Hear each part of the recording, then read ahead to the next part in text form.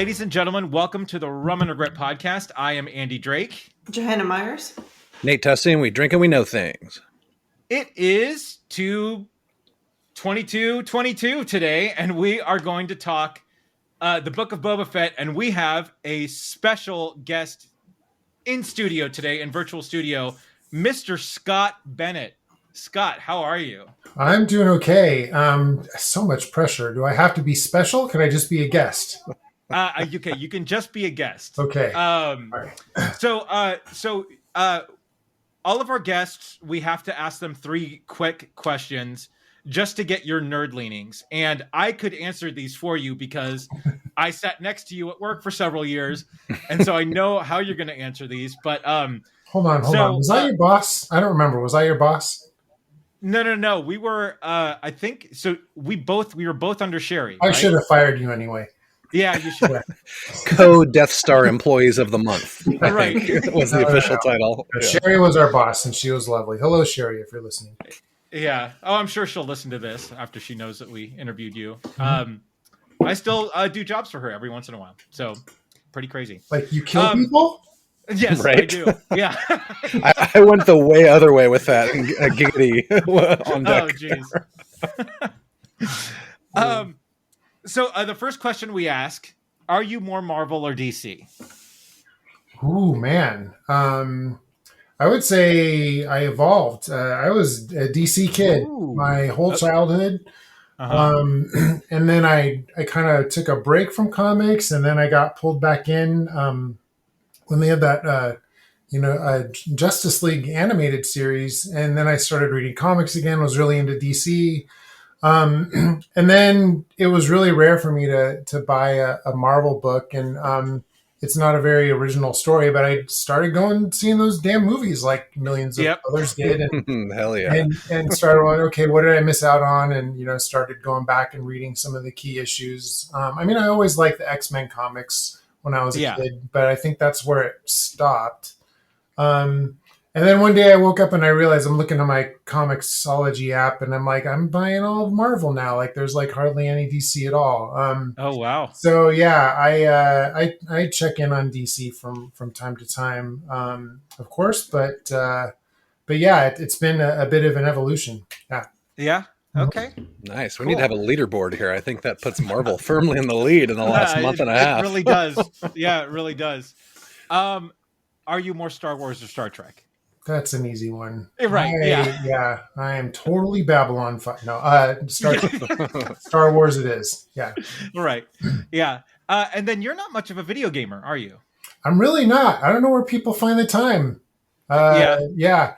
I of course I admire video games. I tend to binge, like, if I'll get some kind of console and I'll play for 3 or 4 months and it's all I want to do. And then I'll walk away for years or a decade at a time. So yeah, I'm not much of a gamer. Okay. So when you do game, is it, and you console, is it either PlayStation or Xbox? Oh, wow. It was PlayStation back in the day. Yeah. Okay. Nice. All right. Okay, good. All right. Those are the questions. Well done, sir.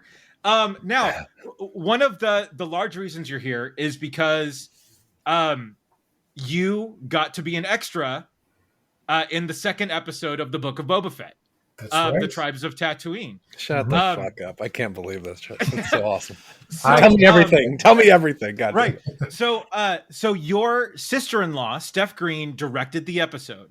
Yeah. And she directed some Watchmen. She directed some episodes of Billions. A very established director. And I'm guessing that the phone rang one day.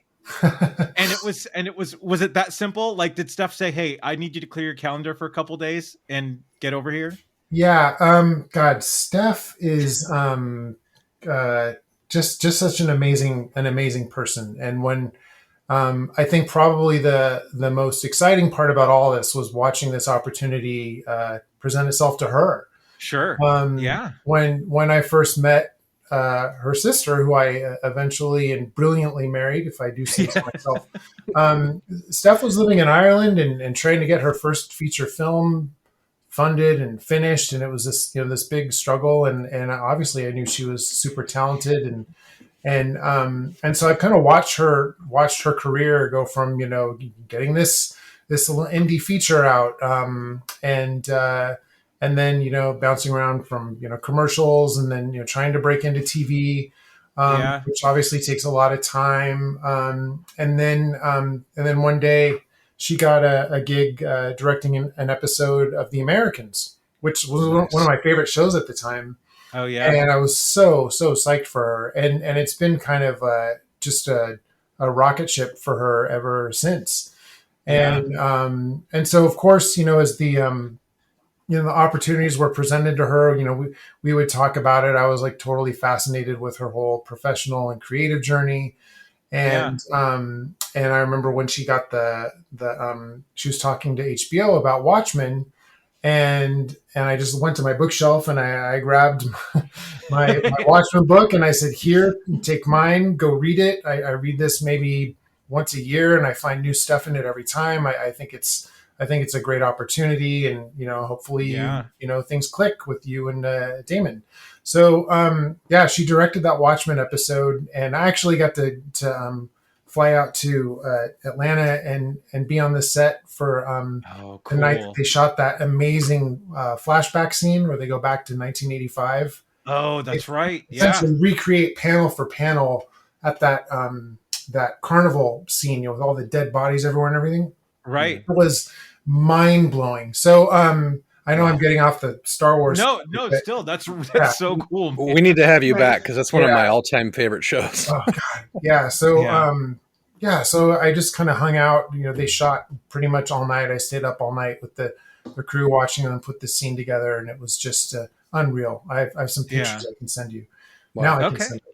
But the thing about having Steph in the family is she'll tell me things, and I have to keep my mouth shut. And then there's a lot of things that she doesn't tell me because she can't. Right.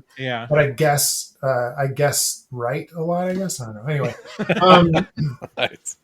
So she told me that she had started talking with Lucasfilm about Mandalorian season 3, and I was like, oh my God, and she's known for our whole relationship how important this is to me.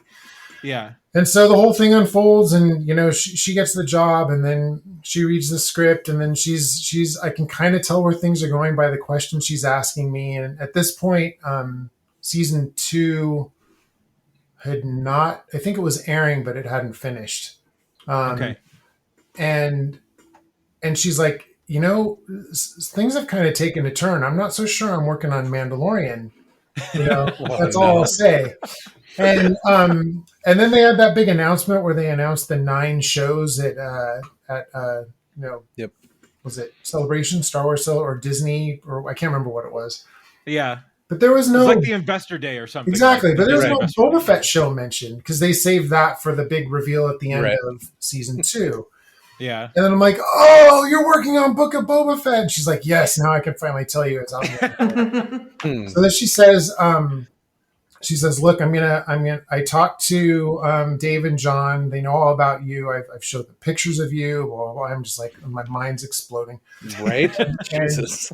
And she says, I know how much it means to you. I'd love to have you on set and hopefully, get you to be an extra if it's cool with everybody. So, it ended up being cool with everybody. And the first I was going to be in that Tashi station scene. Yeah. Okay. With the bikers. Right? Yeah, with the bikers. But because of COVID and everything, they kind of reduced the scale of that scene to have fewer people on set. And she's like, but it's don't worry about it. There's this other scene that has a lot more people. I think it'll be better. So then it was just hurry up and wait because production kept starting and stopping because of COVID. And then finally it became real.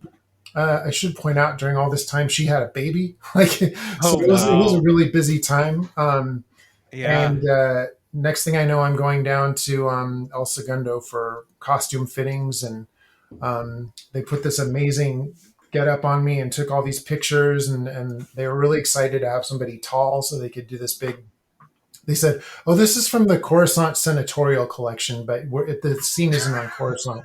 And I'm just like, God, can I please stay here forever? Can I just right? Yeah. I mean, not to be incredibly crude, but how many times did you finish during this whole process? You must have. Oh my God, I can't imagine. I know. It was unreal, and everybody was so nice throughout the whole thing. So I do the costume fitting, and then I seemed like I got tested for COVID like every other day for a week and a half, and then finally I said, okay, this is the day we shoot. So, I went down there, and it's this big, empty, hangar bay type place, sound stage, Right. out somewhere near the airport and near LAX. And you go in and I get my costume on, and then they send me off to hair and makeup, and this lady gives me like the most awesome, like young Palpatine do. Right. Yeah. And it was just, I'm just kind of wandering around and seeing things. There's like an X-Wing cockpit in the corner, for like the close-up scenes. Right. Like close enough, like I can touch it, like it's right there. And I don't know how many scenes this thing has been in or who sat in there. It's just incredible. And then there was like this set of like 2x4 structure with all this kind of red foam rubbery stuff going down in the middle. I'm like, that's a Sarlacc pit. That's a Sarlacc pit. Yeah, and I'm just trying to stay cool, but all the assistants and everything knew I was family, so all these people with clipboards were running around and they knew who I was, and all the other extras are like, who in the hell are you, dude? Like, why are they putting you right in front of the camera? So so then we go into the set, and it's mind blowing, just like all that behind the scenes footage you see. The volume stage, where hopefully all your listeners are as dorky as we are, but it's a 360 degree high resolution screen driven by a video game engine. So there's no green screen, and the actors do not have to react to stuff that isn't there. So they had a nightclub. They had Garza Fwip's sanctuary built inside of that, and then it went further back into the screens. And even just being there, you could barely tell where like the real set stopped and the virtual set started. It was insane. Right. Wow. Yeah. That's so and crazy. So they sat me down at a table, and Rex from Star Tours is there in the middle, like dealing cards. Right. I know. Right. I know. Max Rebo behind you in that scene. I didn't know that. I saw the keyboard. I'm like, oh, I wonder if they'll have someone like Max Rebo, because they had that awesome drummer droid who I've named him R544. But you'll get that, Andy. Great. Little music nerd. Rest in peace. But it's just minute by minute, things got cooler and cooler. And so Jennifer Beals comes in. And the director comes over and gives us some notes, and he said, okay, the deal is you're cheating at cards. She's on to you, but she can't prove it. So the beginning of the scene, she's going to walk over giving you a dirty look, and then you realize she's there, and you kind of like stiffen up a little bit. So we do the first take, and he's like, cut. He's like, you, brother-in-law. That was an 11. I need you to take it down to a 2. Oh no! And I'm just an extra, and I'm like screwing the whole thing up, right? So anyway, it was got a little acting lesson there. There was a little person sitting next to me.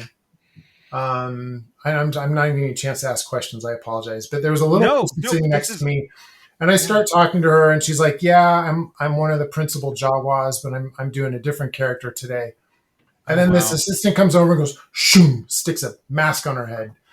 And at this point, any chill that I had, I left, like, escaped the building. I'm like, oh my God, you're Kabe the Charger fan from the Mos Eisley Cantina. And she's like, I'm a what now? And I'm like, did I stutter? You're Kabe the Charger fan from the Mos Eisley Cantina. Did I stutter? And she said, I don't know what that is, but is it like original trilogy? And I'm like, yes. Oh my God. Yeah. And so I just couldn't, And then this guy comes by in a droid costume, and I'm like, hey, did they make you walk like Anthony Daniels? And he's like, no, like they've never upgraded this stuff. Like we cannot move any other way than like this. Nice. It's intentional. So it was just mind blowing. And I I hope I never forget any detail, but probably the coolest bit was at some point, Tamura Morrison walks right over to me and in full costume, holding his helmet, being a badass. And just, and in character, he's like, I've seen pictures of you holding a baby. Yeah. Oh my God. At this point, I don't know what to say. Right. And then he just smiles and he's like, hey, so glad you could be here. Isn't this amazing? Blah, blah, blah. And I'm just like, yeah, I'm talking to Boba Fett. So he was just super cool. It was great. He grabbed a microphone. Shit, I hope I'm not spoiling. And it might be on the behind the scenes, but between takes, he just grabbed a microphone and started serenading us with Frankie Valli songs. No way. I'm like, oh, this is funny. He's probably just going to stop after the chorus. Nope. Oh my goodness. The dude is such a ham. So yeah, incredible. That was a big rant, and I apologize, but yeah, it was just an amazing, incredible experience, and yeah, I know how lucky I am to benefit from. It's my first time benefiting from Hollywood nepotism, and I'm going to keep doing as much of that as I can. Hell yes. It's pretty great. It's pretty cool. For the rest of us that can't, please absorb as much as possible and report back. So I know that you were an extra in the Return of the Jedi Special Edition where you were cheering on top of the your character was in Mos Eisley, right? Cheering on top of a building when the Death Star died. That's right. Yeah. Okay. Now, I mean, obviously this experience blows that one out of the water, right? Right. That experience was another just of a good friend taking good care of me. And I went to a big parking lot in San Rafael covered with a big blue tarp. And they put us in some clothes and they said, jump around and act happy, which we did over and over and over again. And then they composited like a group of 50 of us to be like, 2,000 of us. So technically I'm in that scene, like, I don't know, like 750 times. Right. Yeah. That was as good as I thought it would ever get. And it was plenty for me. So I never saw this coming for sure. Wow. Yeah. While I was there, I'm like, George, I have this idea. Yeah. Darth Jar Jar. Okay, no. hear me out. I know you're doing all this new shit. Make Greedo shoot first. Why not? Right. Why not? Just throwing it out there. You can take it or leave it. Yeah. Well, it's been nice having Scott on the show. So I mean, I can't imagine walking into a set where literally every figure you played with as a child is suddenly like alive, right? And you're interacting with them. And I mean, and you said that your mind was blown. Like, I couldn't imagine that experience at all. Like, now is the magic gone a little bit just because you were sort of behind the scenes, or is it like heightened 80 times more because like you were there? I think there's a lot of things. From what I observed, and I'm no expert, I was only there for a day, and and talking to my to Steph. Well, first of all, I'll answer your question. I'd say the magic is intensified. Sure. With every little detail from the Rex from Star Tours being a car dealer to them like just walking by and plopping a Max Rebo head on a dude and starts playing keyboards. Yeah. It kept getting cooler and cooler and cooler. And I think a lot of that is down to the sheer palpable joy of the folks working on that show. They care, and you can tell they care. And they're all like working at their dream job and doing exactly what they want to do. There's no kind of like jaded show business vibe at all. And so I would say that experience for me was kind of like what I had always imagined it would be like to be around Star Wars when it was getting made. So it kind of ticked every box for me, and then some. Yeah. That's incredible. Joe, Nate, do you have any questions? Because I could definitely manipulate the next 10 minutes of Scott's time. I mean, I honestly, not to jump in before Joe here, I honestly want to hear more, and as much as you are allowed to tell. I mean, I could just absorb this as for the rest of the day. Honestly, I know we're kind of running up against time for you. So That's okay. We got time. Yeah. Mhm. So now, did you get any? Now, you were probably just limited to the cantina scene, but so much happened in that episode with the Hutts, and that's Chrysanthemum's reveal as well in that episode.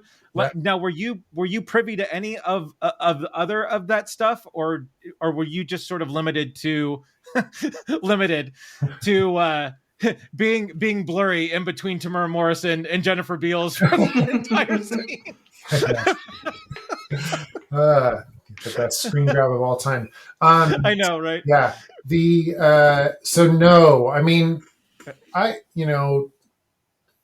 for like I said, there's things that that Steph couldn't talk about, and there are probably things that she could talk about. And I was like, I want to be surprised. Like, just send me this little wedge of it, and I'll figure it out.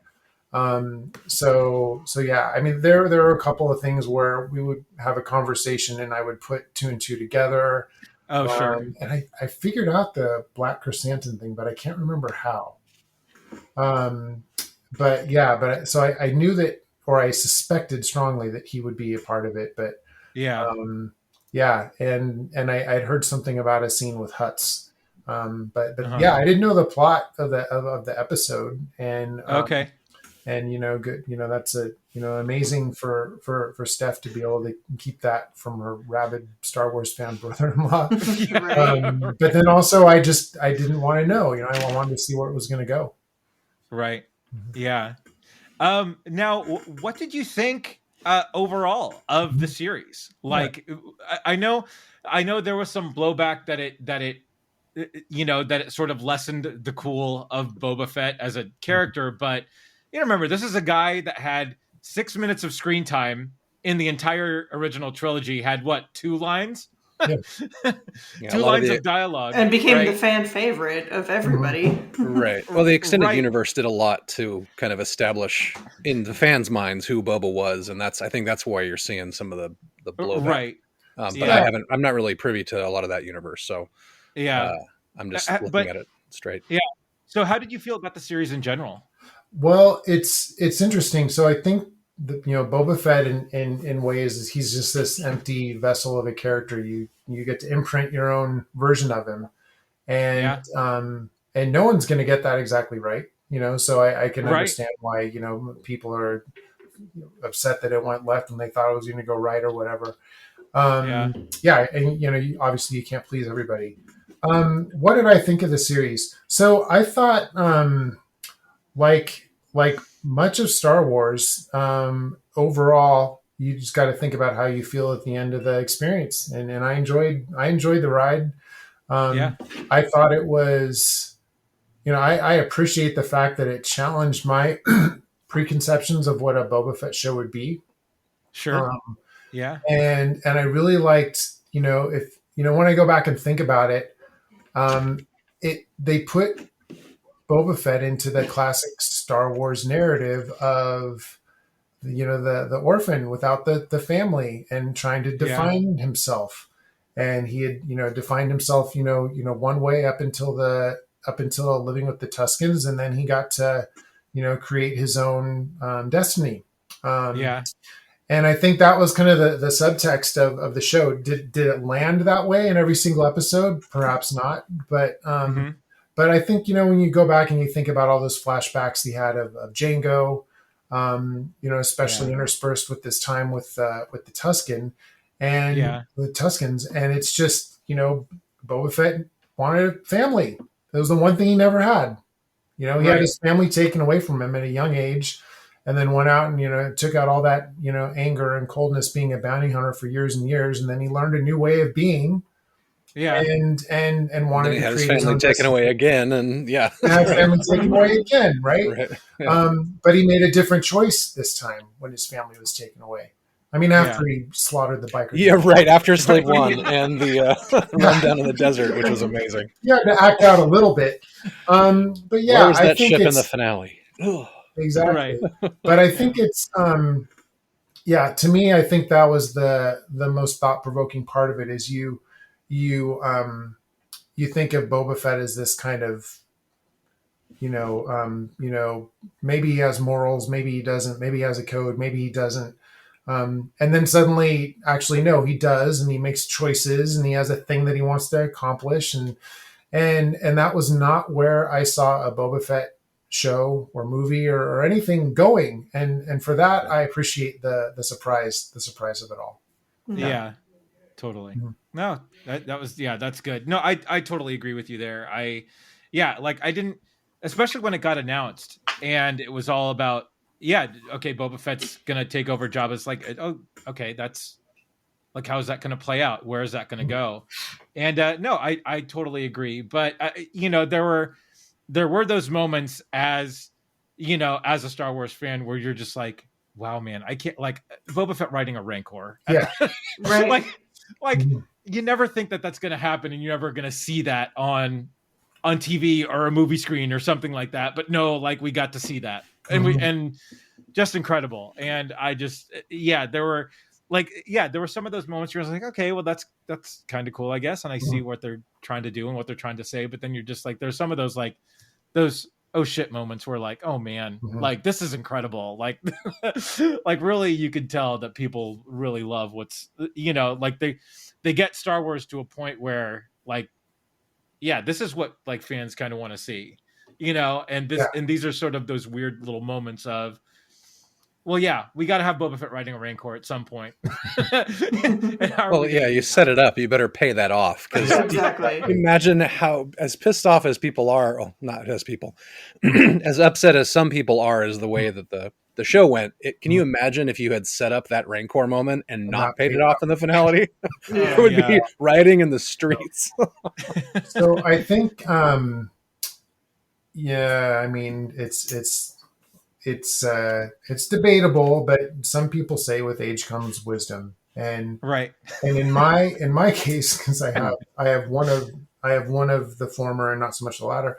I think what I've come to understand about Star Wars is that you don't have to agree with every choice to still enjoy the ride. Like, the whole sequel trilogy taught us that. And I'm seeing how people are, there's a very vocal, and who knows how big of a contingent they really are, but there's a really vocal online, community of people who make a lot of YouTube videos and a lot of snarky Twitter posts. That's fine, but because I think back when the prequels came out, I pushed back. I was angry about this choice and that awkward scene and this awkward that. But here's the thing: go back and watch the original trilogy. They ain't perfect, right? But they're perfect to you because you grew up with that. And now we've got the generation who grew up with the prequels, who which were not. There's no perfect Star Wars. There's no perfect movie, right? Yeah, but the generation that grew up with the prequels, that's their Star Wars. And then the sequel trilogies come and they kind of mix things up and redefine a lot of things, and that prequel generation doesn't appreciate it, and they're pissed off like I was in the early 2000s, right? It's not just them, because our first podcast was a 3-hour or 3-parter of them defending The Last Jedi and me absolutely trashing it.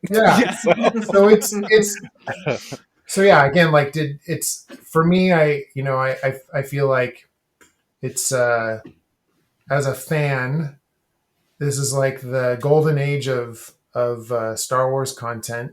Right. Agreed. We've got, if you don't like the novels, you have the comics. If you don't like the comics, you have the movies. If you don't like this set of movies, you got that set of movies. If you don't like this show, you got that show. And then there's like another 12 coming down the road. Right. Rebels and Clone Wars and all of the deep cut. Exactly. Take your pick. So watch what you like. Don't watch what you don't like, because and that's the cool thing about it, is that as the universe gets bigger and bigger and bigger, you just find your personal connection and live there and ignore what you don't like. It's not hard, Yeah. I mean, think about it, Andy. I mean, we're roughly the same age. Like, did you ever think there'd be a time when you could watch any Star Wars ever made any time of day with like the click of a button, like on 12 different devices in your house? Like, right. Why are we complaining? Like, this is the dream. You're bitching. You're talking to a guy who hunted down a Laserdisc burned version of the DVD of the classic Star Wars trilogy. Yes. Like, as you should. Right. And that was like 2 weeks of my life trying to hunt that down pre-internet, you know? Like, it's incredible. Skott, I know we're backed up on time here. So not only are you probably the best graphic designer artist that I've ever worked with, not only are you one of the biggest Star Wars fans that I've ever had the chance to nerd out with, you are also an incredible drummer. And I know Zoo Station has some shows coming up in the Bay Area. Do you want to tease those really quick before you head out? Yeah, we've I don't know how this happened, but we managed to be doing this for 20 years. It's so crazy. So we're celebrating St. Patrick's Day and our 20th. And so you can tell when I'm a fan of something, I take it 10 steps too far. So you love Star Wars enough and you end up in it, and you grow up loving U2, and then you go on a tribute band, blah, blah, blah. I think that's a nerd thing that's common. Like, you hyper focus on it, and then as long as you can let it ride for it. Yeah, talk about creating your own destiny. So we're playing in we're coming back to the Bay Area. We're doing about 4 shows. We're going to be at Dan's Barn, Walnut Creek, the weekend before St. Patrick's Day. What is that? Saturday the 12th, I want to say? I saw that earlier, and I got to go there. Yeah, Saturday the 12th. Yeah. And then Sunday the 13th, we're playing the Dublin, California. I don't get on a plane. St. Patrick's Day Festival. And then on St. Patrick's Day itself, we're playing the chapel in San Francisco. So cool, man. Nice. And then if we can still stand the following day, we're going to go to Redwood City and play the Club Fox. Oh, cool. Yeah. Oh, awesome. Skott, dude. So yeah, if you're in the Bay Area, go out to one of these shows. It's an incredible show. I got to see you at Dan's before I even knew you, Skott. And then when I knew you, that just made the show that much cooler. Right. I've been several times, and it's a good show. Yeah, thank you so much. It's such a cool show. So go out, watch Zoo Station. Skott, give my love to Allison, man. Give my love to your kids. Thank you so much for hanging out with us and telling your story. If we can ever get more of your time, we definitely want you back, because just your knowledge on Star Wars alone would be incredible, just to shoot with you when more stuff comes out. Yeah, let's do it. I'll come back. We'll talk the Obi-Wan series. That's gonna be great. Yeah. Potentially 2 Darth Vader fights, they're saying now. What? Yeah. I was going to save that for later, but he's on here. We live in incredible times. So I know. Everybody be nice to each other and be grateful. And like I tell my kids, don't yuck someone else's yum. That's cool. Well said.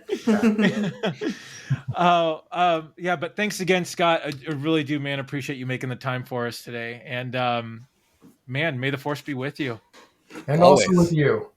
All right, Skott. All right. Take care, buddy. We'll talk soon, all right? All right. Cheers. Thanks, Skott. Bye. Wow. Jesus. It's just so cool. So freaking cool. Oh my God.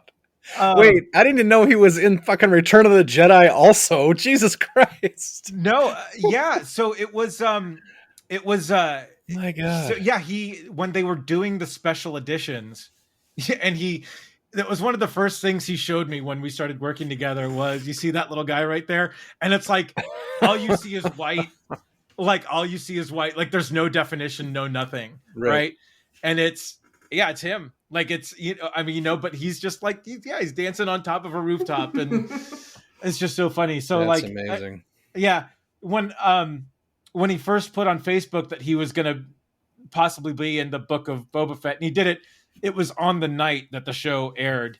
So, well, the show had already aired. The show was live at that point. Right. But he basically alluded to, hey, I'm going to, have a blink and you miss it moment, but not really, because you said he was blurry. Is there a moment where he's not blurry and on camera? Oh, no. So he's laughing. So as soon as the cantina scene starts, the sanctuary scene, it's on his face. And he's laughing. That's dope. We need to go back through the footage. We got to put him in the treatment because absolutely. And then, and then it cuts to Tamara Morrison or Jennifer Beals, I think, walking out. Yeah. And then it cuts to him again, right? Oh, getting caught, right? Not getting caught. No, they sort of took that part out, but it's just him sort of doing his thing. And then at that point, Tamara Morrison and Jennifer Beals are talking. And he is literally blurry in between the conversation. And so wow. Yeah, I thought it was, I mean, no wonder the extras were, the other extras were like, who the fuck is this guy? I know. But the blink and you miss it moment. And then, it was, you are given so much Skott Bennett in that time. Super cool. So because I knew he was in it before I saw the episode. So when I watched that episode, I was laser focused on the extras. Where's Skott? Where's Skott? Yeah, that's funny. and I thought I was gonna have to do that too, because I'm just okay, so he alluded to he's in this episode. I gotta find it, and then sure enough, when it comes in, I'm just pause. Picture. Well, dude, he's right freaking there. What a missed opportunity. He could have been Cobb Vance's brother or something. He kind of looks like the character. No, well, so he was clean, and he was clean in the he was clean shaven in the episode, but then he had this. He nailed it with the sort of the young hair, a little bit longer, a little bit more sort of flowy. That's great. I'm like, can I have the young Palpatine cut, please? Right. Yeah. You crazy. I just couldn't imagine going into having that opportunity. No way. To walk on set and okay, Max Rebo and the band's playing right there. Right. No, Boba Fett's about to walk in, and Trandoshans are here. And and be expected to do something effectively. Right. Honestly, the only other two people I would think that would should have that opportunity are you two. I'd be completely deaf and dumb and in a perpetual state of refractory. Just don't touch it. Don't touch me. Don't touch me. I know. We love everything going on right here. Who are the two people having strokes in the back? I'm supposed to do something, but I can't stop looking at everything around me because I'm just Yeah. Well, should we get to this review? Because I'm about to yuck somebody's yum, I think. So yeah, we saved our Book of Boba Fett reviews for episodes 5, 6, and 7 because those are the ones we really didn't get to see, or we didn't get to talk about until now. And obviously, we wanted to get Scott's unique perspective on being on set. So really, what we get are Mandalorian season 3, episode 1, where we catch up with where we catch up with what he's doing, and sort of where he's been, although we don't necessarily see what happens with him and Bo-Katan. They're on the ship and everybody's it's an awkward moment at the end of Mando season 2. And talk about nailing a finale. So, right. Foreshadowing for the end of this conversation. Yeah. And so, but we get to, so he ends up, he's trying to find what remains of his clan. Right. The culvert. Right. Right. And so, and we get that. And this, it's so funny. And a lot of people have said this, and I'm not saying anything new, but this was one of the better episodes of the Book of Boba Fett, and Boba Fett wasn't even in it. But again, it's Mandalorians, both season 1 and 2 it's such a great series. And, I mean, I like this was so, it was such compelling stuff of, after learning, especially in season 2, that there are sort of the chill Mandalorians, which, hey, we can take off our masks and we can walk around and everything's fine. But then there is still this sect of Mandalorians that still goes by the old code and everything. And sorry, I'm summarizing right now rather than sort of, but what I'm getting up to is he still has the Darksaber, and one of the things that I love about this is him trying to figure out how to use the Darksaber. Oh yeah, and cutting himself, which we would all immediately do with any kind of weapon like that. Right. Yeah. And so I feel I really loved this part of this whole episode I just thought was just incredible. What do you guys think? Yeah, I could watch Mando with the Darksaber all day long. Yeah.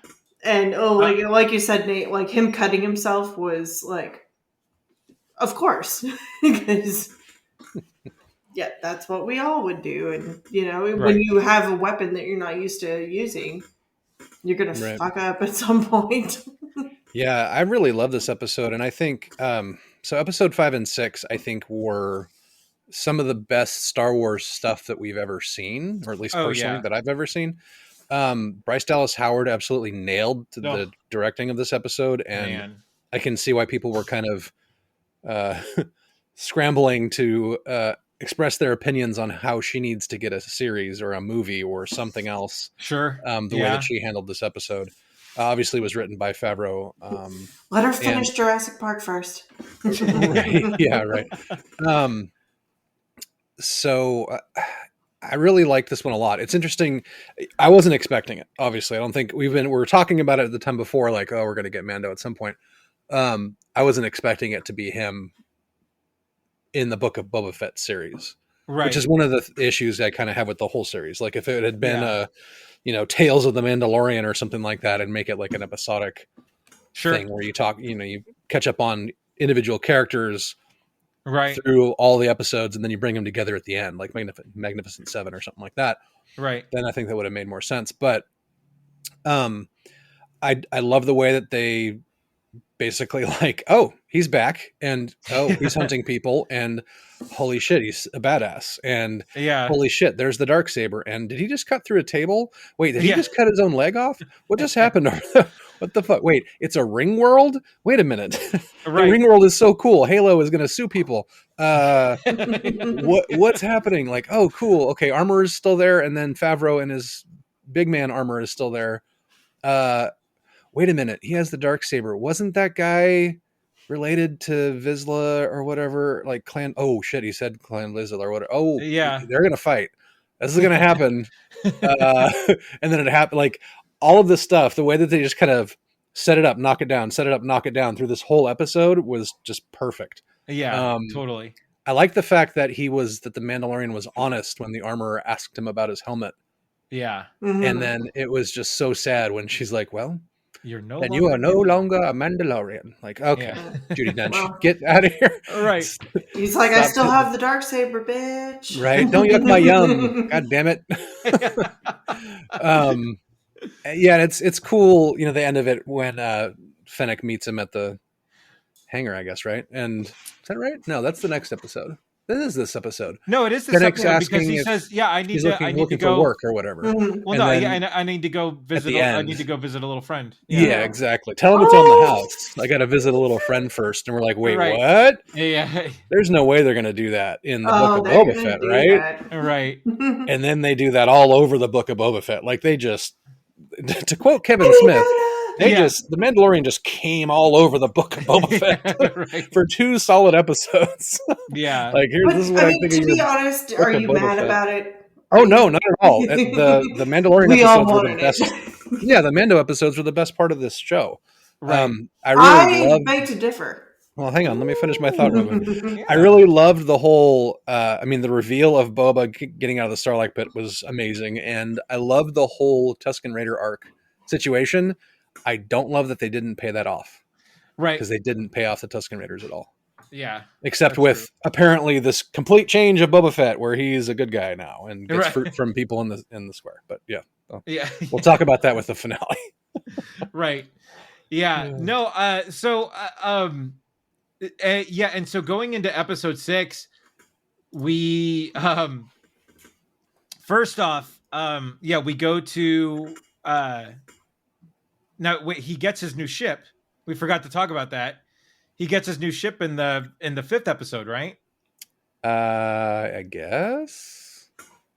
Yeah, so he gets his old Naboo. Oh, that's right. Fighter. Yeah, that thing was really cool. The fighter and it had the part that Han Solo used in the trash compactor. That's in right. A New Hope, as one like the drive shaft or some shit. Right. Oh, and they put the little bubble on the top, so you knew you were going to see Grogu at some point. Yeah. So anyway, so he shoots off to where Luke's getting constructed, under construction Jedi Temple is. And the spider droids are working on it. Fuck those spider droids. Fuck those spider droids. The androids that build him a bench because he's forced to wait. That's right. The best. Yeah. Well, he flies to the planet and then it pans down and it's R2 and his little fucking radar dish guiding him in. And oh my God. Yeah. They're going to do this? They're really going to do it. After they nailed the ending of Mando season 2 with Luke Skywalker and R2, they're going to do it again? Right. Like my jaw was on the floor. I had no idea that they would do that. Yeah. And then as we think Luke's gonna sort of pop out, Ahsoka pops out. Mm-hmm. With her 2 small head tails and all. Right. I'm sorry, Luke's busy at the moment. Can I take a message? Exactly.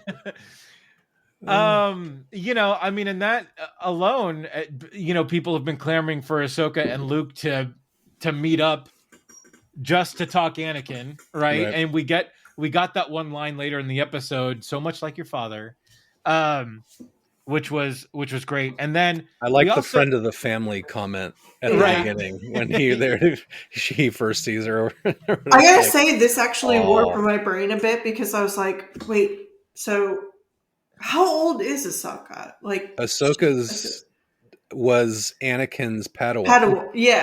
Yeah. So and way now older she's teaching an adult or hanging out with an adult Luke. I'm like, wait. Yeah, she's way older and way better at everything, like fighting and the Force and all that. Yeah, she's a badass. Yeah. And then we get Baby Yoda and Luke going through the training. And first they're doing their little meditation and Grogu wants his little snacky. Grogu needs a frog. It's time for frog's legs. And now he knows how to levitate. And now he can force grab the frog or whatever instead of having to hop after it. So first and foremost, man, hiring that YouTuber to get Luke right. Hell yes. Holy crap. That was the best move. Yeah, it was basically perfect. And his voice is completely automated now. Right. It's off a soundboard at this point. Yeah. So now that they have that technology, everything's on the table. Right. Like you could bring everybody back. Like, why didn't we see Han Solo and Leia in this series? Like, I mean, I'm just getting greedy, but we'll talk about that. Why didn't we get Tupac in the Super Bowl show? That's what I'm saying. I thought they were going to do it. He started playing "I Ain't Mad at You," and like that. Well, he was playing "I Ain't Mad at You" on the keyboard. That's right. On the piano, and like, wait, what? Yeah. Oh my god. Yeah. So, but no, the scenes. I love the training sequence with Grogu and Luke. I just and obviously, foreshadowing that Grogu doesn't seem that into it, and he's not picking it up, or he's not, he could be more into it and all that stuff. Right. That happens after Mando and Ahsoka have that moment, right? Where Mando wants to go to him, but Ahsoka's like, it'll make it harder for him if you do that. Yeah. I love that sequence. Mando is like, as a Mandalorian foundling, he should have this. It's his right kind of thing. Right. Like that whole scene between the two of them was fucking brilliant. So good. Yeah. So yeah, I really just everything. I thought everything in this episode was like incredibly like everything that I needed to see, like in the training sequence. They bring back the droid. And like the jumping training. Like, wait, right? Yeah, I thought it was cool. I thought I mean, this like completely nitpicking. Like I thought some of the movements for Grogu were a little, for sure, a little sort of awkward, but that didn't at all take me out of the episode. And then You get that ultimatum at the end of the episode. The choice. Yeah. I never thought I would ever want to punch Luke Skywalker in the face. Yeah. But that's one of at my that major moment, issues. I was like, oh, how dare you? That's one of my major issues with this episode, because that's not the Luke Skywalker that we saw in Return of the Jedi or any of those movies. He chose his attachment over his duty to Yoda in training or whatever, and that's what saved the galaxy.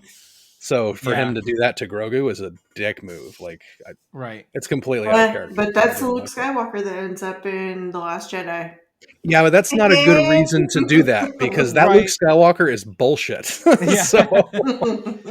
backfill just because of that shitty movie, fuck that noise. I'm sorry. So I mean, but they could have been shitty. Right. They could have been bridging the gap in a weird way for it. Who knows, And but what a bad choice to make, though, because that's not who, like, so let's say you're watching things in order, right? You haven't seen the sequels yet. Sure. That's not who Luke is. No, you're right. At all. And that's also not who Ahsoka is. She left the Jedi Order because she doesn't deal with absolutes. Only Sith do. So like to change both of their characters, almost, like, she didn't change this so much, but she did talk about the attachment and all that. But for him to do that to Grogu, I thought was a completely shitty move and out of character for Luke. Unfortunately, that's kind of the Luke that you get later, because you can tell he doesn't know how to train Jedi at all. given the what happens. But well, he did, he got a sort of a truncated training from Yoda anyway. He left early, right? Yep. So anyway, but I absolutely did not expect this episode to see what we saw in this episode ever. Oh God, not at all. I thought we were going to get some allusion to, or maybe like a 5-minute sequence of this is what happened, right? But no, man, we got so much Luke. He looked great. He sounded great. And we got, a full-on Jedi sort of training montage. And like, wow, this is just, it was one of the coolest things. I thought it was really cool too, but again, I think this is something else that they set up really well that doesn't get paid off at all. Yeah. Like, you don't really see any of that happening, like the training that he goes through, or even Luke or anything else pay off later, like in the finale. And maybe, I don't know, maybe they'll go there. Right. I think they will. I think that's just, we just haven't seen that yet, because that's going to be in the next, whatever episode of whatever show isn't Boba Fett. Like, we're going to call it Ahsoka, but then the Mandalorian's going to come back. Yeah. Right. This episode has so much in it, because we also get Mando finally goes back to Tatooine after getting told to, leave your present at the door and piss off. Yeah. That scene with Grogu reaching out for Mando as he's leaving was pretty good too. I really like that. Anyway, so he gets back and finally goes to see Boba, and they're like, we need foot soldiers. He's like, wow, I got an idea. So then he takes off, and then you get Cobb Vanth coming back in. Oh yeah. And I think, does he have his whole scene with the? It is this one, because Pikes in this one at the beginning. Yeah, I think so. Yeah, it must, because that's it's in the intro, right? Because he catches them running spice or whatever, and he dumps it out. Yeah. Yes. Right. Anyway, so Boba goes and tries to, get him to raise a garrison kind of thing. Which doesn't really go the way he thinks it's going to go, but then kind of does at the end. Fun fact, apparently that bartender was also in Deadwood. That's correct. With him. Yes. With what's the actor's name? Timothy Oliphant. Yeah. With Oliphant, right. Yeah. Which I haven't actually seen, and I need to watch that. But then that pays off at the end when you get, that's the name of the title of the chapter is From the Desert a Stranger, or Comes a Stranger, and that's how you end this episode. Yeah. Holy fuck. Yeah. Yeah. All the stuff that we got in Ep 6 or Chapter 6, then it ends with fucking Cad Bane. Are you kidding me? I called this. We talked about this a long time ago. Like, wouldn't it be cool? Well, we talked about it previously in our last podcast. Right. But then also we talked about it a long time ago. I was listening to our podcast from 2 weeks ago, And I'm pretty sure I called that out. Like, God, wouldn't it be cool if we saw other bounty hunters like Bosk or fucking Cad Bane or some shit like that? And I'm like, oh my God, it happened. Did we talk about this last time? We did. But the payoff was kind of lame, to be honest. Yeah. What do you mean? At With the end? Cad Bane. Yeah, for sure. It was very lame. You're talking about in the finale, yes? Yeah. Yes. Right. 100%. I have something else for that as well. No, I love the Cobb Vanth part of this. I love that he came back for this. He nails this character. Timothy Olyphant nails this character so well.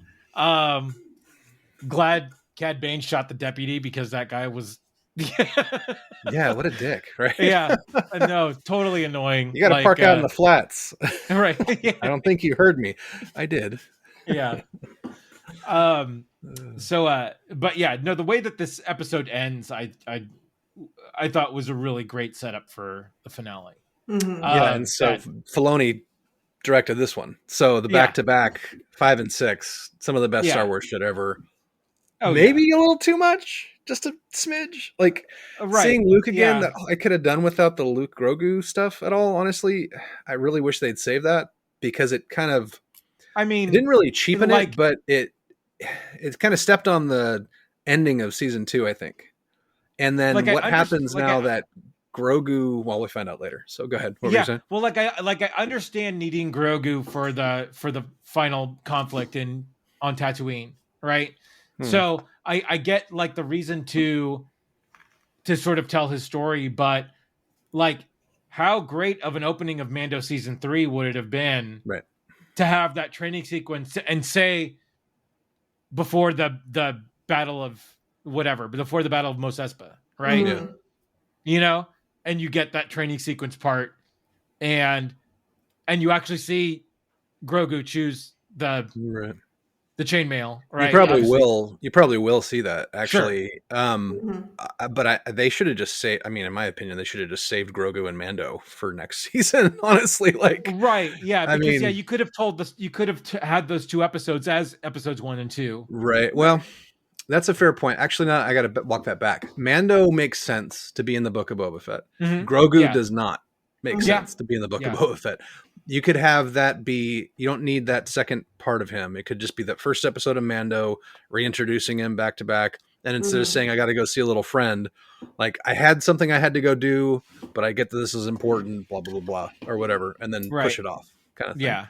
I think it's fan service. Everybody wants. Well, 100%. Yeah, totally. That's the problem though, is like fan service and nostalgia without like a basis in the story that you're telling at the moment ends up being hollow. And we see that in the finale because there's so much of this series is a lot of fan service and kind of nostalgia for nostalgia's sake. And a lot of it's amazing, but there are several things that really kind of, they butt up against in the finale that people kind of chafe at. Some people are chafing at, I guess. Yeah. I agree. So this throws us into the finale of Book of Boba Fett, where directed by Robert Rodriguez. Yeah. Who and this starts with sort of the setup of the so at the end of episode 6, Salvation gets bombed, or Sanctuary, Garza Sanctuary gets bombed. It's the beginning of 7, isn't it? Isn't that the opening? No, I thought it was the end of 6. I thought that was the big holy crap. That was the big holy shit. Or does it happen before the Cad Bane reveal?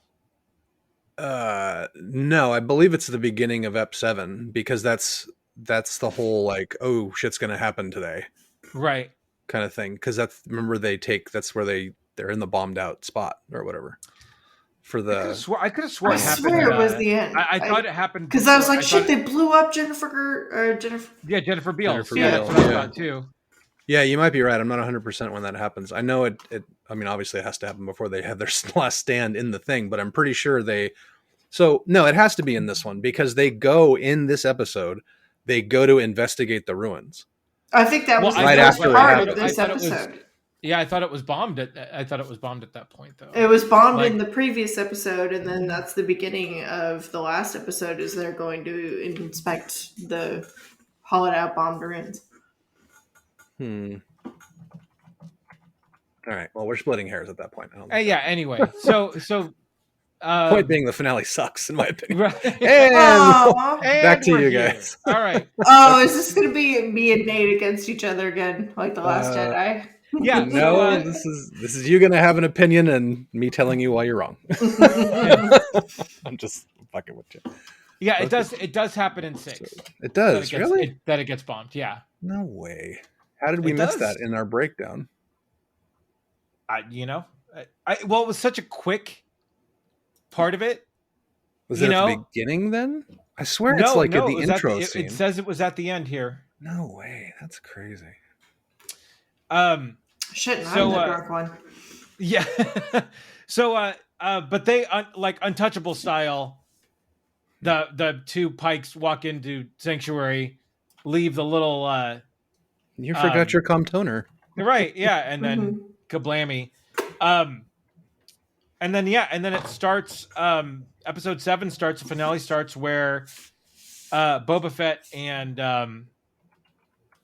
Mandalorian now at this point are like they need. Well, and then they have the mayor's aide. Oh, that them. Motherfucker! Right. Yeah. And they hold up in Sanctuary, and they're sort of getting their plan together, while everybody's sort of breathing down, like the Vespa gang has sort of reached out to get and Chrysanthemum, they're all sort of in their spots to see where the Pikes are. Mm-hmm. Yeah. So, and then we see the mayors working with the Pikes at this point to basically cut down Boba. So yeah, and then this is when all hell sort of breaks loose, where they're sort of devising their plan. Well, we see sort of all of the Team Boba Fett get cut down as the Pikes start to move in, and then we see them sort of devise their plan. Well, okay, well we need to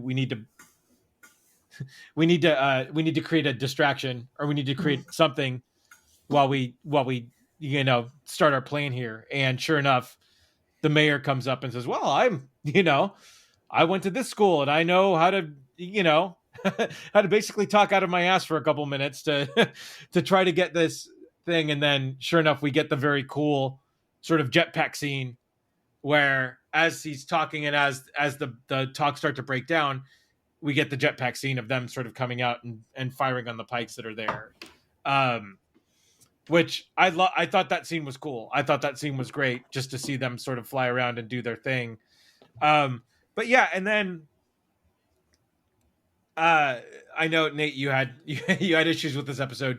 I'll let you guys go first, and then I'll wrap it up. Well, and I understand the sort of this is a weird part for my mind to go here, but the droid modding part of this, is a little too easy of a MacGuffin to bring people back from the dead. Mm-hmm. Like, I understand they did it with Fennec because they needed Fennec for the series, and like they could have explained away it, like there was certain circumstances that made this okay for it to work with Fennec.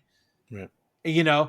But I don't know, it just seems that now they're using it right. a little too liberally, right? Well, and Cad Bane is supposed to be the most vicious, hunt you down and kill you bounty hunter. So if his task from the Pikes was to silence the other guy, my brain's confusing to work now. Cobb Vanth, Cad Bane, that they sound like they're brothers. Right. Yeah. If that was his job, he would have confirmed the kill 100%. He definitely would have just shot him in the shoulder opposite his heart or whatever and let it go at that. I totally agree with you about that. And I don't think that moment. So, okay, let's say that moment has to happen regardless because of the story moving forward. That's not your post-credit scene in the fucking finale of the show. Sure. He does not deserve that spot. God damn it. Right. That spot should be what I talked about earlier. I want the deep faked. So cut back to, actually, you know what? I'm going to save that for the end of my rant. Okay. And you guys finish, and then I'll give you that. Yeah. Joe, like the finale thoughts, what did you like? What did you don't like? So I loved the War of the Worlds Scorpion droids. Oh, those I fucking cool. love those. Those were really cool. Those were fucking tits, awesome, cool. Yeah. I didn't. I don't want to say I didn't like, but the Rancor, the King Kong Rancor bit. The King Kong moment was a little much. It was a little much. That was Robert Rodriguez playing with his toys. But I did love the fact that they you had Boba Fett riding the Rancor made an appearance, and also you get a little baby Yoda singing him to sleep. That was awesome. I did love it when Mando tried to ride the Rancor and got completely ripped off and thrown off. Yeeted. Well, yeah, because the Rancor was like, fire bad, because Cad Bane hit him with a flamethrower and then went all ape shit on it. Well, and Rancor is Boba Fett's Rancor. Like, they imprint on their person. So for sure. You're not the same guy in the same armor. Nope. Wait a minute. Yeah. Like, and the sort of the stand with the Vespa group at the OK Corral. God, can we spin more? Right. I'm gonna do the spin move. Right. Yeah, that was funny. I love all the memes that have come out with that. Oh, they're so bad. And I thought, and I understand the need to give sort of Grogu his takedown of one of the Scorpion droids. Like, I get that part of it, but I mean, they could have kept everybody sort of in Sanctuary, and not had that sort of secondary moment where everyone's off to the side. Although I love the chase with the little droid going through the streets of Mos Espa, and then the breakdown moment and the turn and catch of Grogu with Mando. It was so Monday Night Football and fucking totally cheesy. Was Monday Night Football. God, I literally slapped myself in the forehead when that happened. Yeah. Yeah.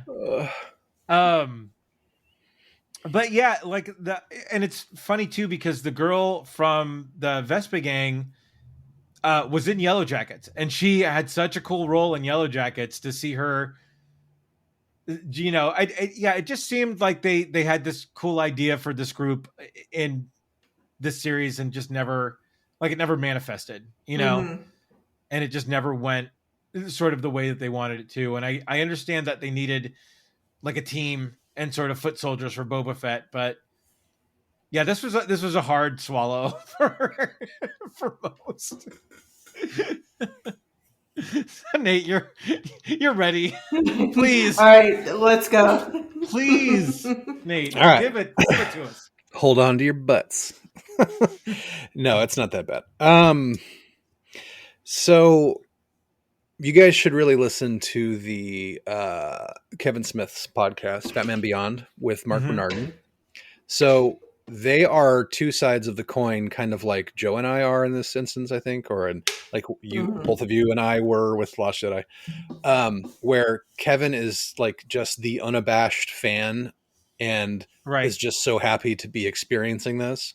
Yeah. And Mark Bernardin is like the unfortunately too cerebral person at times, and the writer. So he is picking apart all of the places that he thinks it could be better, or where he thinks it fell down. Yeah. And unfortunately, me and my hyper observant bullshit has put me in that category. So I'm just happy to be here. Exactly. So that being said, I enjoyed the series for what it was. I liked the ride. Yeah. But like you said, it seemed to be, it was pretty shallow for what it could have been. It could have been a super deep, like there could have been a Dune moment at the end when fucking Boba Fett in the previous episode had gone to like petition the council or the leading warriors from the other Tusken tribes, because we needed foot soldiers, not some podunk Western town, Freetown. Yeah, and and the guy, the Mandalorian, or the guy wearing the Mandalorian armor that's not a Mandalorian, and the guy wearing the Tusken robes who's not a Tusken, has to basically plead his case in front of the council of elders or whatever. And then how fucking cool would that be at the end if you get him on the Rancor followed by 1,000 fucking Tusken Raiders screaming across the sands like a Dune situation? Like, fuck, it could have been so good. But I'm getting ahead of myself. That's the end of the episode. Yeah, so, no, that would have been that would have been incredible. Yeah, we talked about. Let's see, I talked about Luke and Ahsoka. That was previous episodes. I literally have a note here that they're trying to build a bridge to the sequels, but they're missing a lot of gaps with specifically to Luke. We were talking about that in the last episode. Yeah. Finale. Let's see. Finale had so many issues is my first note. So Kersantin gets surrounded by knife wielding lizards and doesn't shoot for a long time. As soon as they pull their blades out and go, he should be unloading on these fucking guys. He is like literally one of the most formidable single-handed or single combatants in the entire universe, apparently, according to what people are saying. So I'm glad he survived, because that would have sucked. But that was definitely a big gap for me. Spinning is tactical now, ? Because that happens several times.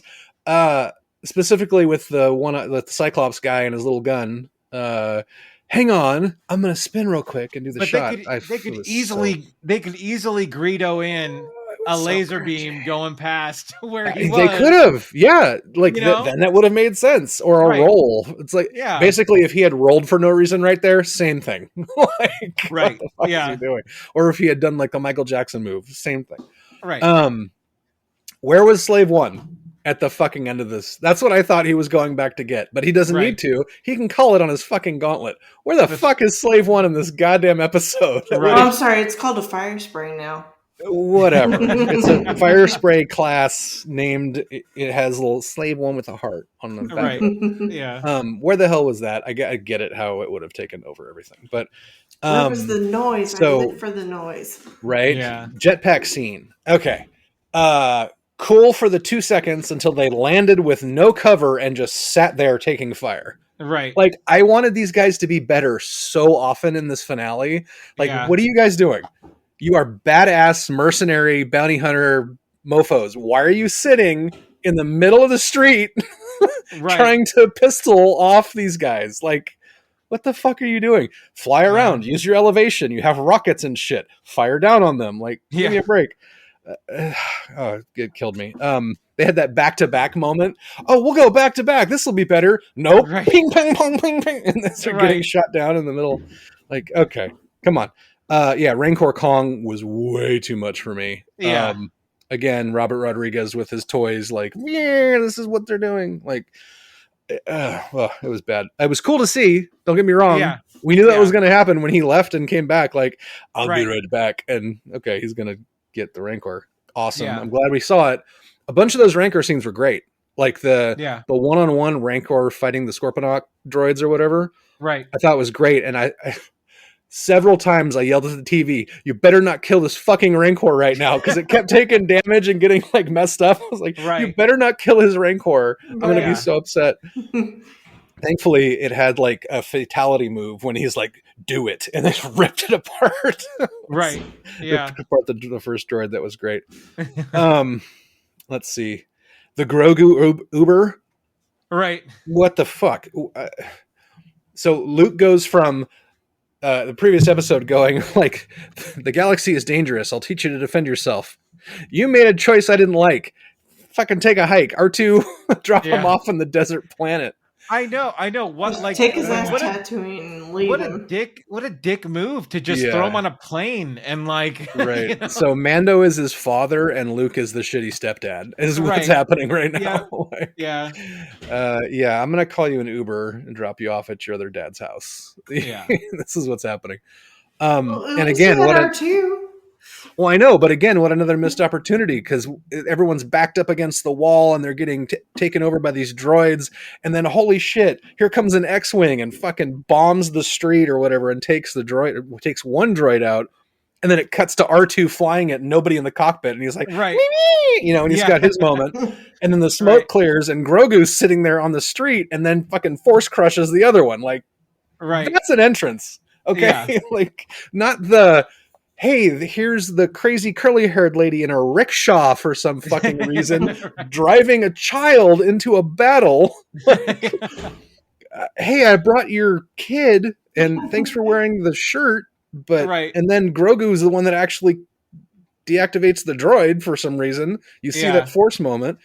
Yeah. Oh, Jesus. Okay, sorry. No, that's why you're here. Where was your sniper during this entire battle? You sent her off to kill the Pikes after the fact? Because that doesn't happen until after the battle's over. Right. You could have used her during that battle so much. That scene should have been Boba Fett killing all those people. Because that's Boba Fett. That's what Boba Fett does. He's a fucking badass killer. He should have been killing those people for what they did to him in his town that he loves for some reason. Yeah. That's the other thing. Why the fuck is Boba Fett here? Why does he give a shit? We never find out why. Or at least so far. Why does he care about this place specifically? Why does he want to take over Jabba's throne specifically? Why? Well, I mean, maybe it was there. He got out of the Sarlacc. Because Jabba put him in the Sarlacc pit. Well, he was Han Solo technically put him in the Sarlacc. Well, I mean, but it was, to me, that was why. Jetpack construction put him in the Rancor pit. Exactly right. Well, that's there's no connection between Jabba and, that. Right. But yeah. But he had sort of made peace during his time with the Sand People to stay on Tatooine. And then literally knowing that Jabba's sort of kingdom was under, like, was there sort of under Denethor, like in Bib Fortuna, like that was sort of like easy pickings, and it's like, well, instead of living on the run, instead of being a bounty hunter, now I can easily take this over because I know the ins and outs of this place, and live in a palace, collect money, and be done with it. Like, sure, but why does he have to be a good guy? Okay, great. So he turns into a mob boss. That's fine. Mm-hmm. But why does he have to be redeemed or whatever? Because that's what the Tuscans did to it. Like, and I don't know that there's, I don't know that there's good or bad here. That's my point. Yeah. I think that it's him against the Pikes, and we're seeing his side of the story versus their side of the story. So, like, nobody's good or bad here. There's just two people fighting over territory. Right, but he doesn't make, like, the ruthless decisions that a crime boss fighting over territory would make, right? He's a pushover in the series for most of the series. Like, we need to protect the town, or I'm going to go hole up in my palace, which is tactically sound. Oh no, the Vespa girl says you have to protect the city, the people here. Like, okay. Well, because he went from being a ruthless bounty hunter to having family with the Tuscans, and then he's like, maybe there's a better way to do this when he gets to the town, and again, you don't want to do it in a way where you sort of want, like, revenge to come through. Well, that was another major misstep. Like, they should have set up the Pikes to hire Cad Bane to murder his family, because then you get then there's a real reason for him to want to go after Cad Bane beyond their history, which anybody that hasn't seen Clone Wars and would have no idea what's going on, because so Jango Fett trained Cad Bane, right? So Cad Bane then trains Boba as a favor to Jango after Jango's dead. So that's why there's that whole, in the showdown at the end, that's why Cad Bane goes, "Here's my final lesson," or whatever kind of thing. Ooh, so as somebody who's never seen that, like, Cad Bane was a whole big, like, thing for me, or like, I have no idea what this thing is. That was another character that Dave Filoni created, just like Ahsoka Tano, and that's all Clone Wars and Rebels stuff. So unless you knew that, the whole showdown with Cad Bane is kind of meaningless. He's just a heavy for the Pikes, right? Which that's kind of how I saw it. Right. I'm like, you brought in this person who apparently is from the Clone Wars. Right. Cool. Awesome. And he's there for 2 seconds and gets killed. Right. And it would make sense for him to be the heavy if they had hired him to kill the Tuskens, right? Because the Tuskens were interfering with their spice trade. So anyway, to jump to the ridiculously quick fight, I love that they kind of threw in some of the, the Tusken staff at the end. Yeah. The gaffy stick. And that's how he ended up winning the fight, which is great. Yeah. But that fight was terribly done. There's like Cad Bane is a badass motherfucker that kills Jedi. That's why he has those fucking breathing tubes in his throat, because he has an anti-force choke system built into his throat, so they can't force choke him. He has the gauntlets that he's wearing are the same things that the Mandalorians wear. So it has flamethrower on one side, it has the little whip thing, the little grapple line on the other that they use to wrap up Jedi with. Plus he has boots that let him fly. Plus he has double blast. Like the guy is an absolute badass. So that should have been a way longer fight, in my opinion. Sure. The only saving grace is that he's not dead. Right. Yeah. So hopefully, because the little beeping thing on his chest. Well, so, just add a droid mod. He'll be fine. Well, no, that's the thing. That's what the beeping is it's typically in the shows that he has it set up so that if he ever gets injured to that point, it actually calls his droid to get him, and he has a back to tank on his ship. Oh, okay. So that's usually, at least that's what the stuff was saying. So hopefully that he comes back and is a way nastier player in the future. Yeah, so the other note, why does Boba need to be a good guy? Let the villains be villains. He can still do everything in this show and still be a hard ass, fucking Godfather style stuff. Right. Yeah. Fennec Shand becomes more Boba Fett than Boba Fett is. 100%. Yeah, 100%.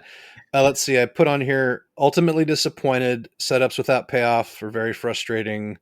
And then this is a quote directly from Mark Bernardin that I thought was great. Ultimately, it skips rocks across the surface of what could have been a very deep and emotionally resonant show. Yeah. And just to sum it up, I still enjoyed the ride. I still loved a lot of this. Unfortunately, some of the best moments were Mandalorian moments. I think we could have done without Luke because it was distracting. Right. I think maybe one episode with Mando to get him back into the mix would have been perfect. Right. And then leave the rest of that for Mandalorian season 3. Yeah. I did love the whole Sand People arc. I really wish they had paid that off. Yeah. I mean, what happened to the lady sand person who survived? Right. It would have been cool to see her at the end maybe, or something like that. Yeah. So yeah, ultimately great. And Bryce Dallas Howard and Dave Filoni brilliantly directed their episodes. I did love episode 1 and 2 quite a bit. I think is episode 3 where we get the Vespas. It is because it is because episode 4 and 5 and 6. 5 and 6. We get it in 4. We get them in 4 because 5 was the palate cleanser, I think, right? Right. Yep. Exactly. Yeah. Okay, good. I just want to make sure. Anyway, so ultimately I loved it, and like Scott said earlier, we're living in a golden age of Star Wars fandom. Right.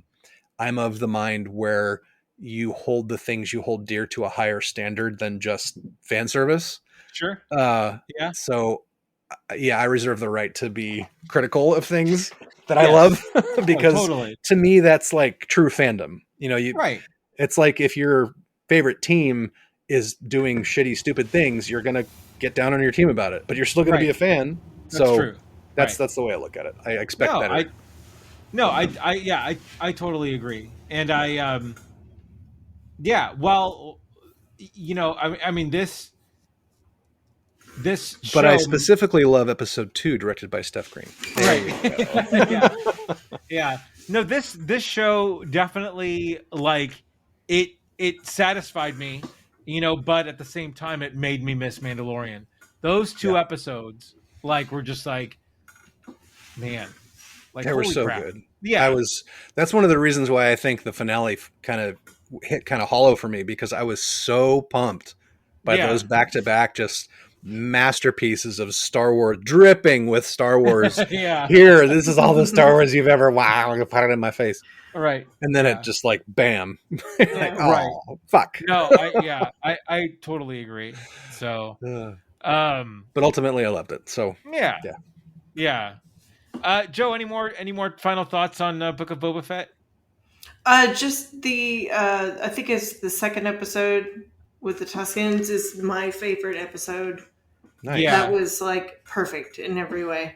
The Tribes of Tatooine. Mm-hmm. Yeah, that's a great one. Yeah, so good. Is that the one where we get the nose lizard? Yep. And he makes his gaffy stick, right? Yep. Off the tree. Yeah, that was really good. And like Ken, I'm making Ken watch it, and yes. like he that episode he was just like, that was fucking the most amazing episode. And actually, has he watched Mandalorian yet? Oh yeah. Okay, good. Yeah. Okay, it's like because that's going to be a rough explainer when you get to episode 5. Right. Yeah. No. He's watched Mandalorian, so we're getting into Book of Boba Fett. So nice. Do you guys want to run through segments? Yeah, sure. Let's do it. Yeah. All right. Joe, do you have a horror corner for us? I do. I have a horror corner. All right. Give it to him. So I have a good and a not so good. Okay. Uh-oh. So good. Texas Chainsaw Massacre. The new one is I love it. I think it's great. Do you get what you pay for, Joe? Oh yeah. Is there Texas and chainsaws and massacre? There's all of those things that in chat abundance. I laughed out loud when I saw you write that. Like, what more do you want in a Texas Chainsaw Massacre movie? Yeah. Oh, so good. There's that. I think it's the Goodfellas meme where it's Ray Liotta and everybody laughing, right? Oh, right. Yeah. And the text is, when you complain about the plot and the acting in the new Texas Chainsaw Massacre movie, And so, I thought that was great after seeing your comment. So, we talked about in the chat, like Leatherface is good, the Massacre is good, everything's good. The only things I could say would be like a thing is like the plot line is it's basically like a Gen X or not Gen X. What's the new one? Gen Z, Gen Y, Millennial. Oh no! So Gen X, Millennial, Gen Z. So it's Gen Z. So us Gen X elder millennials might take a little bit of offense to it. Yeah. Of they make it new. And I'm like, that's fine. Because horror movies are made for teenagers and for people looking to see people. Yeah. So that she'll scoot a little closer, like, oh, I'm scared, and you can make your move. Right? Yeah, that's what they're for. Exactly. They're for necking in a drive-in. Wait, I'm really old. Necking in the drive-in. Yeah, if you're looking for a awesome storyline, you're not gonna get it. Yeah. Wow. If you're looking for chainsaw murdering, you get it in abundance, and it's awesome. Yes. Cha-ching. So there you go. Watch Texas Chainsaw Massacre. Sadly, I'm so bummed. Antlers. Oh yeah. I was really bummed about this because I was so hoping it was going to be awesome. Just watch the trailer and then go about your business. And then be okay. All right. All right. Important safety tip. Don't watch Antlers, everybody. No, I'm not saying don't watch Antlers. It is a 5 out of 10. It's be careful with your antlers. It's I would say a 7 out of 10. Okay, all right. Because it's not horrible. It's not horrible, but if you're expecting the trailer, you're going to be very disappointed. Okay, it's basically just abuse trauma and little bit of monster. Okay, maybe. Just a hot side boob of monster. 40 minutes of monster. How about that side boob? Yeah, and the characters are kind of I mean, so the kid is fantastic. How do you really feel, Joe? All right. Yep. Okay. So let's run into the streaming selection of the week. I have 3 that I just want to bring up really quickly. First and foremost, Amazon Prime, Reacher. This is such a great series. Fucking watch it. Dude, Alan Ritchson is so good as Reacher. And oh my God. Dude, supporting characters are great. The story's great. Yep. Man, this, like, Jamie and I started watching it, and normally, like, we intersperse other shows with everything else. We did not do that with Reacher, man. We watched it all the way through and killed it in like 3 days, man. That was such a great show. Yeah. So last Saturday, Addie was with her mom, so yeah, I binged the thing in 1 day. Oh, nice. It was not my finest moment. I did go for a walk earlier. Good. No, that's important. Get up and move. Yeah. But then I watched the entire series. Oh man, so dude. Good. Yeah, Joe, if you can watch this with Ken. All right. He'll dig it for sure. Yeah. Oh my God. It's fantastic. Yeah, it's just really good. Second, we've talked about it before, but it just finished up on HBO Max. Peacemaker, man, that show went out on such a great note. I mean, it was all right. I'm just kidding. It was fucking amazing. So good. Oh my God. Joe, watch it so we don't have to talk around the big. Yeah, this before Reacher. Okay. Peacemaker before Reacher, 100%. And again, this is a show that you just did not expect a whole lot out of after watching Suicide Squad, because Peacemaker was so one note in Suicide Squad. Yep. But man, on purpose. No, you said it. We said it before with Suicide Squad. You sort of said it and updated with Peacemaker. This is the most James Gunn like thing, and I love that they're sort of giving him carte blanche to do whatever the hell he wants. Yeah. And that is totally reiterated by that last scene in Peacemaker.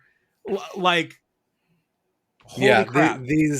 This and the movie were the smartest moves that DC properties have made in a long time. Right. Just let the director have his vision and let him run. Yeah. There hasn't been this much chatter around a DC property ever. It was the most popular TV show in the world that weekend. Right. And it had the audience grew by 44% from the beginning to the end. Right. And then the last episode, I think, was the most streamed thing on HBO Max since their inception, I thought. Yeah, it was nuts. Something like that. Yeah, it broke several records just across the whole thing. It was nuts. Yeah. So total win for Warner Brothers and DC. And of course, they immediately got it ready for season 2. So season 2's in the works. And a spinoff, potentially, which we don't know about yet. Right. But we have our theories. Oh, yeah. Man, dude, Vigilante needs his own show. I know. Please. God. Okay, we got to stop talking about it like Joe isn't here. Anyway, right.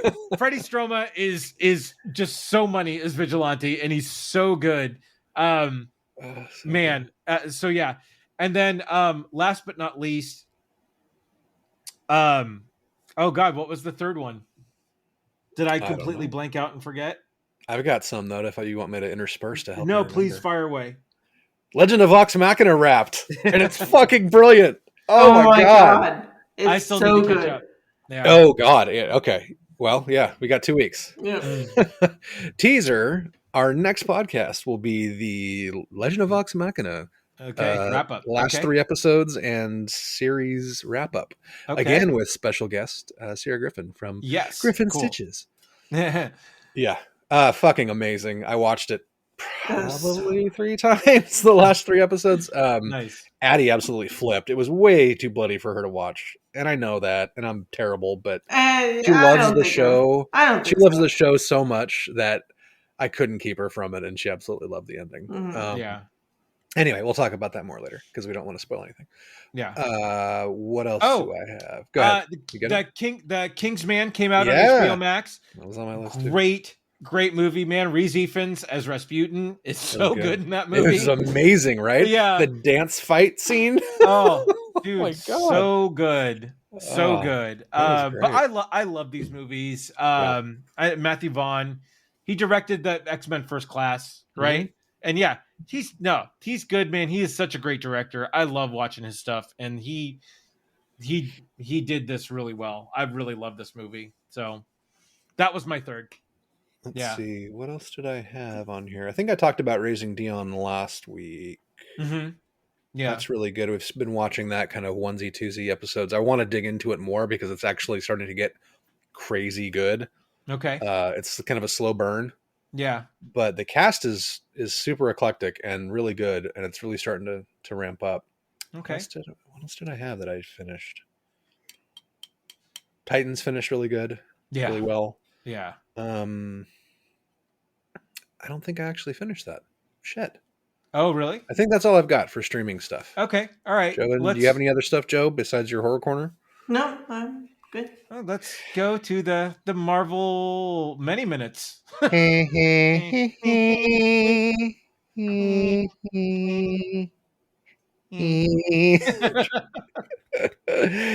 right. Trying to make this quick.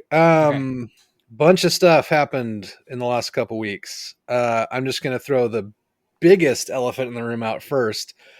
There was a specific trailer during the Super Bowl that happened, which was for Doctor Strange 2 Multiverse of Madness, that confirmed so much. The What If animated series is actually in the live action MCU. Oh, yeah. Several ways. One, you get Zombie Wanda. Two, you get Agent Carter's shield in the background. There's also several other things. It also confirms that the Illuminati is part of the MCU, which is a thing that most people don't know about unless you're a big-time comic reader. But the people in the Illuminati include a specific version of Doctor Strange, a specific version of Iron Man, and fucking Charles Xavier, among other things. The voiceover in that scene, maybe we should tell him the truth, is fucking Patrick Stewart. Right. Yeah. So, holy shit, confirms that Professor X, or a variant of some kind, well, obviously he's a variant, is going to be in the goddamn movie.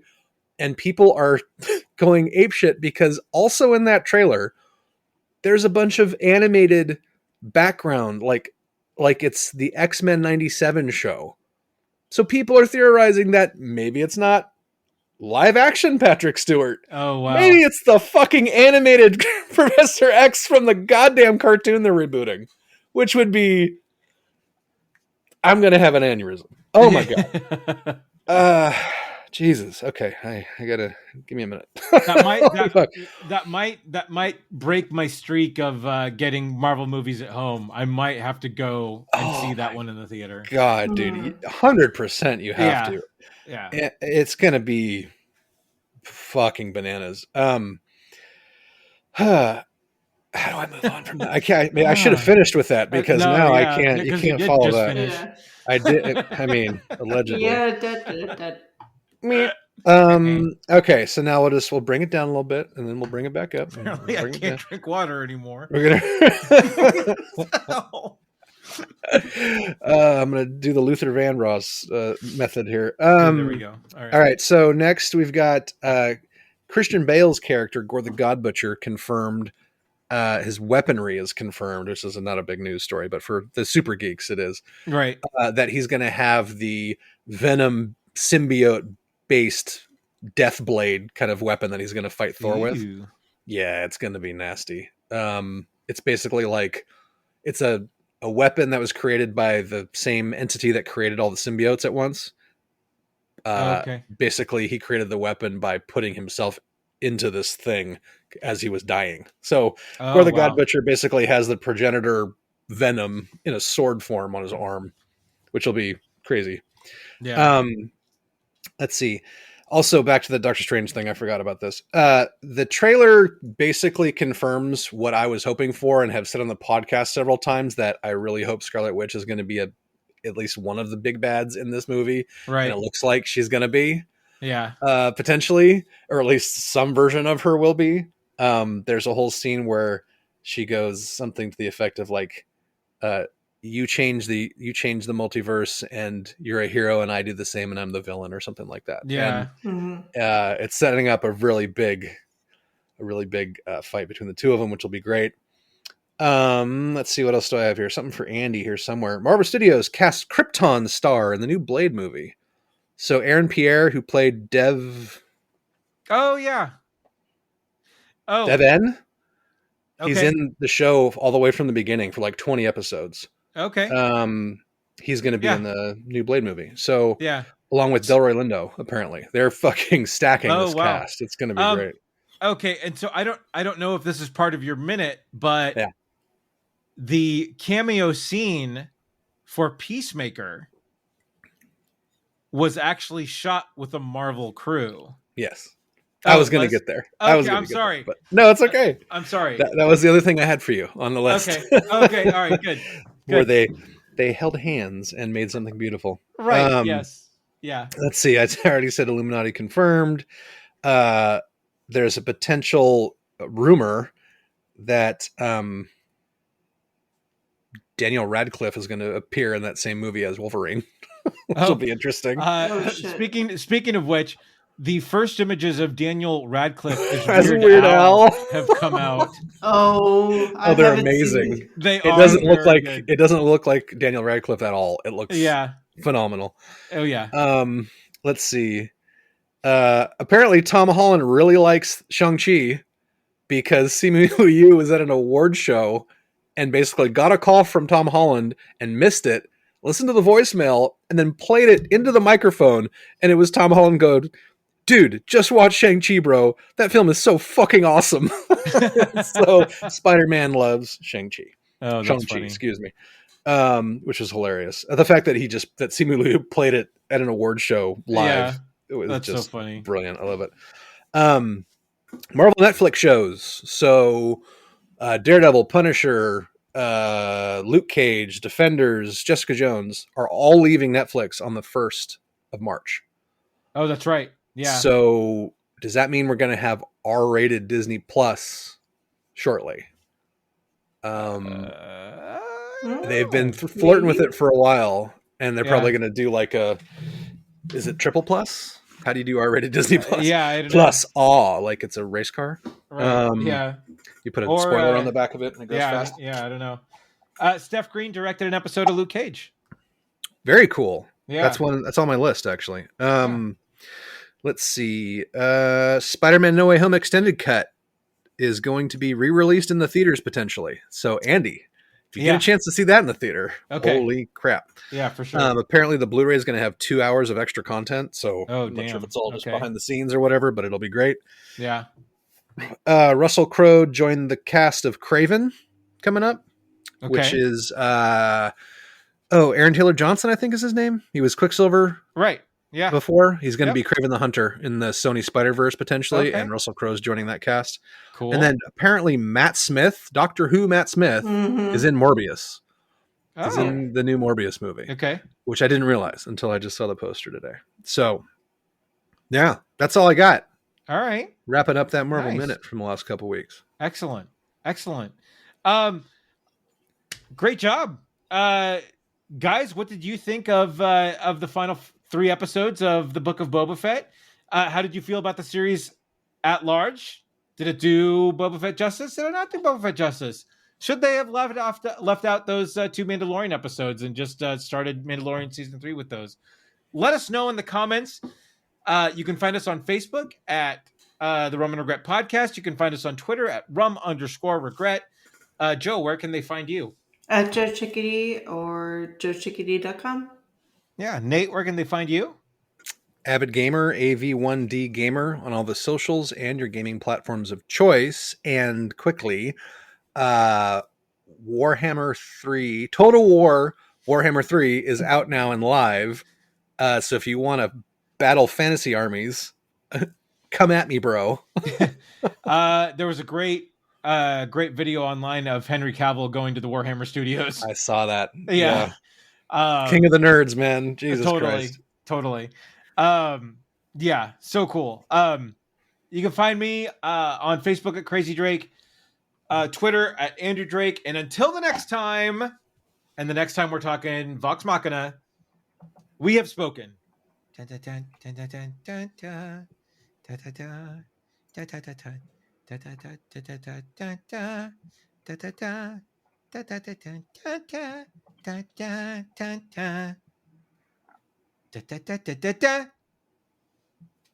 You should have kept your armor.